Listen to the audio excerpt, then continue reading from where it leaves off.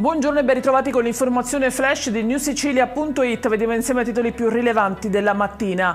I carabinieri del Ross hanno arrestato Grazia Santapaola, cugina dello storico boss ergastolano Nitto e moglie del capo mafia Turi Amato, finita in carcere per associazione mafiosa.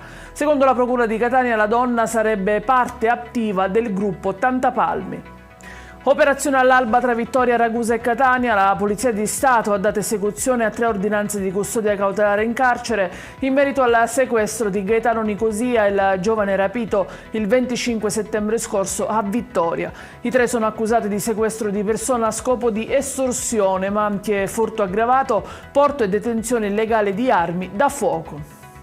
E rimaniamo nel Ragusano, dove è stato identificato l'autore dell'incendio di un'auto della Guardia di Finanza davanti la facciata della caserma di Modica. Il rogo ha coinvolto anche altri 2 mezzi istituzionali che erano parcheggiati nelle vicinanze.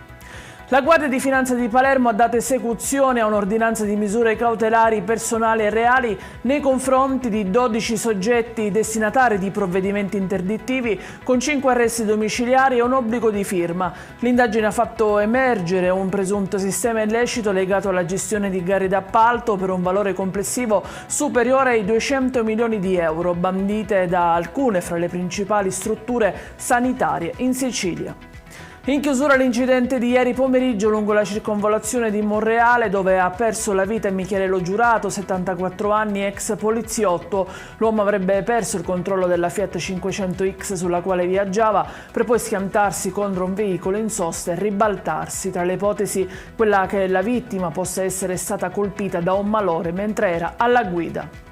Ed è tutto per questa edizione. Vi ricordo come sempre che i dettagli su queste notizie e molte altre li trovate sul nostro sito e sui nostri canali social. Grazie per averci seguito e a più tardi.